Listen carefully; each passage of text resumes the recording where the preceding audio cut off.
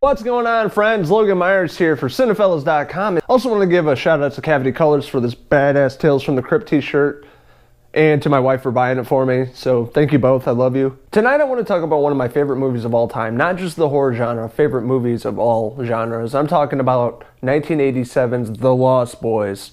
The film was directed by Joel Schumacher, you know, the director that fucked up the Batman franchise. Joel Schumacher took a different approach with the vampire tale.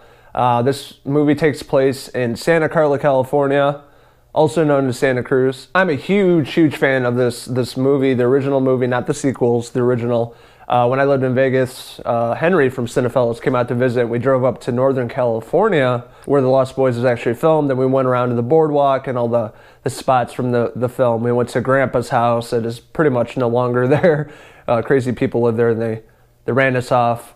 And we went to the train tracks, or the train track scene, and all the spots from the film. So it was really cool to see that in person. You know, honestly, Santa Cruz is a lot cleaner and nicer than I expected. You know, from the movie, it's kind of gritty and raw, and you know, you get that horror element to it. But when you get to Santa Cruz, it's very family friendly. So a little disappointed by that. The early days of Cinephellas, I think it was like 2007. We went to a Lost Boys convention in Chicago and met Haim before he passed away, and the rest of the cast that played the vampires. We didn't have Jason, Patric, or Kiefer Sutherland there, but we met the rest of the cast, and it was pretty cool. So The Lost Boys takes place in Santa Carla, California in 1987. The Emersons, which is Sam, Michael, and Lucy, just moved to Santa Carla to live with their grandpa. They're moving from Phoenix, and they're new to town. And when they're driving into the actual town, they see Santa Carla in the back of the sign. It says, "Murder Capital of the World." What does that mean? They see their grandpa. He's an ex-hippie, stoner, always working on the farm. Just a goofy character, and they kind of go throughout the house, and they see that their grandpa's a taxidermist, has a bunch of stuffed animals all over the place. And so they're asking their grandpa, that's a local to Santa Carla, about the Murder Capital of the World sign that they saw, and he lets his grandsons know there are some bad elements in Santa Carla. If all the corpses were to stand up all at once, we'd have one hell of a population problem. And that's the truth, which opens up the rest of the film. And young Sam Emerson, played by Haim, he goes to local comic book shop, and he meets the Frog Brothers, the infamous Frog Brothers. He meets Edgar and Allan, Feldman, and Jamison Newlander, and they're the vampire hunters, and they know everything about vampires and how to kill them. And they introduce Sam to a horror comic about vampires and killing them, and he kind of passes it off, but they're like, no, you should read this, Mr. Phoenix. It could save your life. So Sam takes the comic, eventually reads it, and starts putting the pieces together when he starts to notice something unusual. Sam's older brother, Michael, played by Jason Patric. Oh, what a hunk of meat in the 80s. He kind of looked like Jim Morrison with the curly hair. But you may know Jason Patric from the blockbuster hits and the Academy Award-winning performance in Speed 2.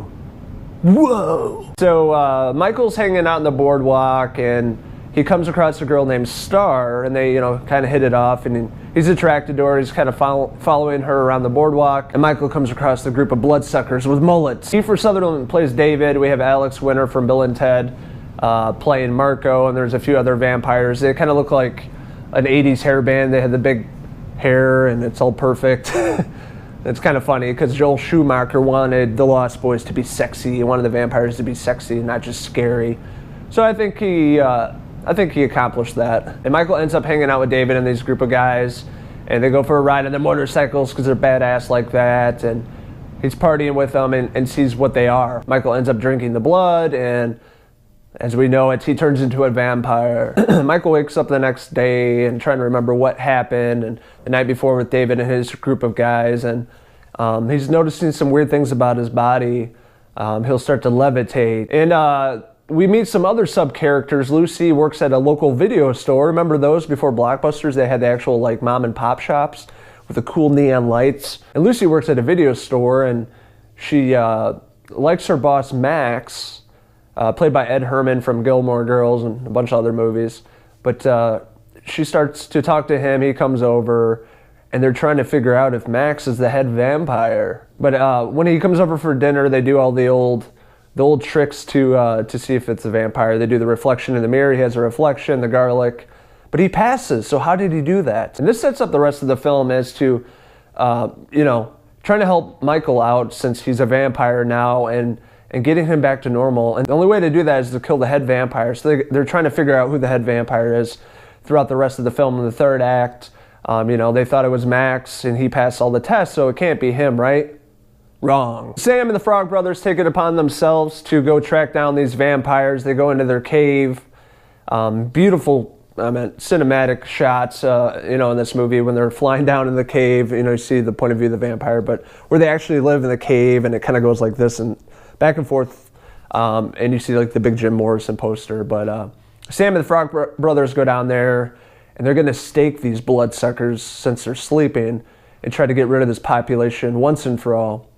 So they go down there and they end up staking one of the vampires, and it just opens the can of worms, so to speak, and really pisses them off. So now the vampires are not too happy, and they're going to come after Sam and his friends. And this opens up the final scene of the movie where the Lost Boys, the vampires, show up at the Emerson home, and Michael, his brother, and the Frog Brothers, they're ready.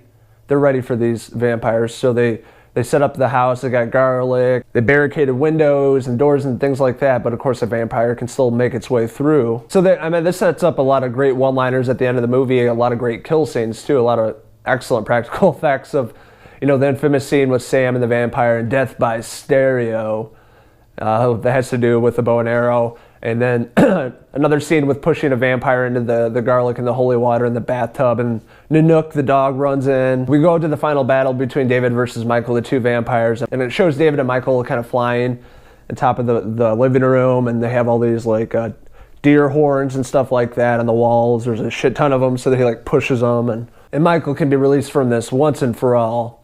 Overall, The Lost Boys is a unique vampire film. That's why I love it so much, because it kind of goes at it in a grittier way. Schumacher wanted to do something different with the makeup and the actors and being younger and unknown and sexy, and it worked, because they're riding motorcycles, they're badass. They're taking over the boardwalk in Santa Carla, and they just look like a group of guys you don't want to fuck with, late at night. So he really accomplished that, and on top of that, just putting together a great ensemble of actors here. Jason, Patric, Kiefer, Sutherland, Alex Winter, Haim, Feldman. And the list goes on and on. A lot of them, were young and up and coming at this time, and this really was their big break, because The Lost Boys was a success, and it still is. It's still a cult classic, but it was big when it came out in the 80s. On top of that, just putting together a great soundtrack. The Lost Boys soundtrack, including Tim Capello's I Still Believe, the oiled up sax man on the boardwalk in the early part of the film. He's on there. You got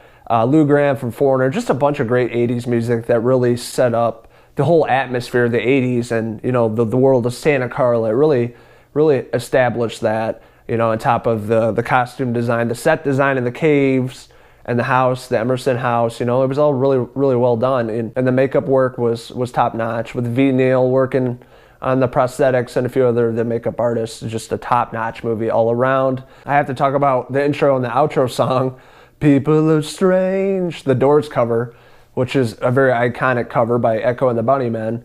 If you hear that on the radio, you just think of the Lost Boys. So it was great that they put that in the film too. Makes the movie stand out. Overall, I love The Lost Boys. This is a movie I grew up on since 1987. I watch it probably 10, 20 times a year. It never gets old. I can quote the whole movie. It's one of my favorites, obviously. So I'm going to give The Lost Boys a 5 out of 5 mullet pieces.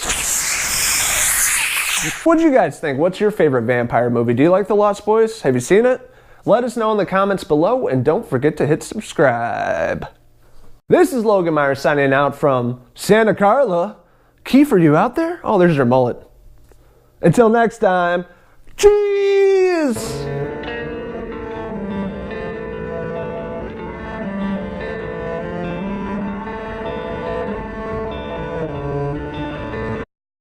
There's one thing about living in Santa Carla I could never stomach. All the damn vampires.